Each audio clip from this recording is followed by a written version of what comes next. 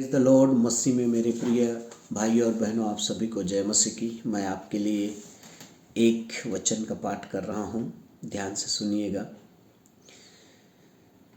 मत्ती रचित सुसमाचार अध्याय 7 और उसके पहले वचन से लेकर 5वें वचन तक।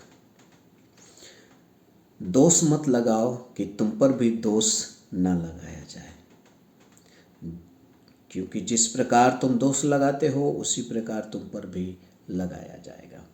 ये वचन हमारा जाना माना है और अक्सर जब कभी हमें कोई कुछ कहता है तो हम इसे तीर के समान उस पर चला देते हैं। भैया मुझ पर दोष मत लगाओ कि तुम पर भी दोष लगाया जाए। प्रिय भाइयों और बहनों, कई बार हम इस वचन को जो है हथियार के समान इस्तेमाल करते हैं, लेकिन मैं आज आपको बताना चाहता हूँ कि दोष कितने प्रकार के होते हैं। दोष शब्द जो है अपने आप में जो है विशुद्ध शब्द है, जो किसी गलती या अपराध या कोई गुनाह या कोई भावना को हम पर प्रकट करता है। यदि हम दोष शब्द को समझने का प्रयास करें तो इसके 5 प्रकार के अलग अलग अर्थ हैं या 5 प्रकार के दोष पाए जाते हैं। पहला दोष जिसे हम कहते हैं नैतिक दोष।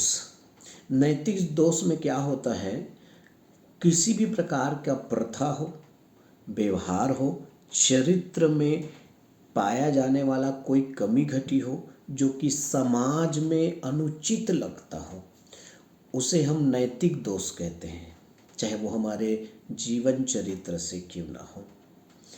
दूसरा, हम जो है भावनात्मक दोष को जानते हैं।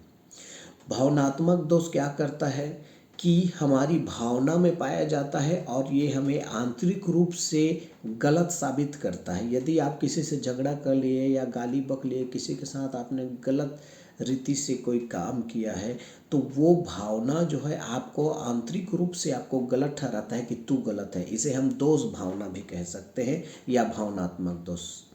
तीसरा जो है हम उसे आयुर्वेदिक दोष कहते हैं। आयुर्वेद के हिसाब से भी दोष जो है अलग है। आयुर्वेद में जब हम दोष शब्द का इस्तेमाल करते हैं तो इसका मतलब है, चिकित्सा विभाग इसे इस रीति से समझेगा कि ऐसी कोई समस्या है जिसके कारण इसे हानि पहुंच सकती है, या फिर वो समस्या जो इसे नुकसान पहुंचा सकती है उसे वो दोष कहेंगे।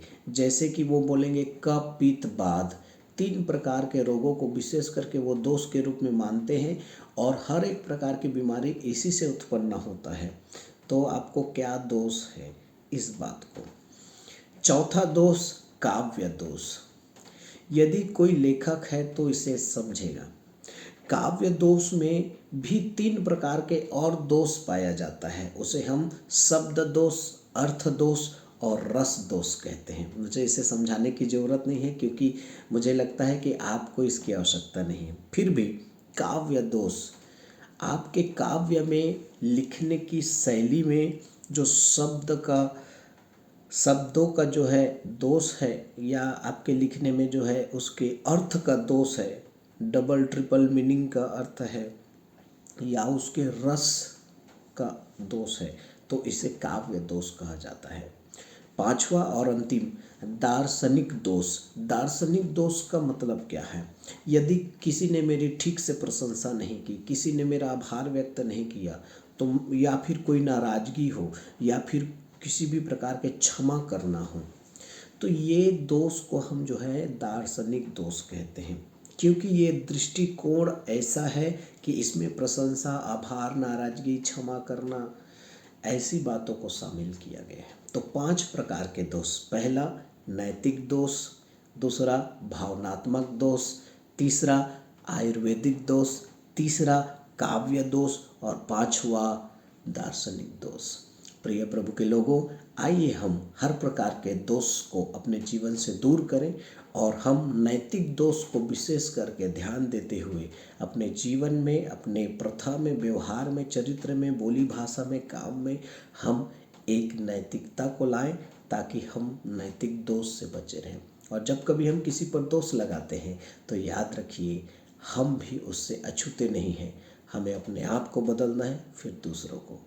परमेश्वर आपको बहुत ऐसे आशीष दे। जय मसीह की।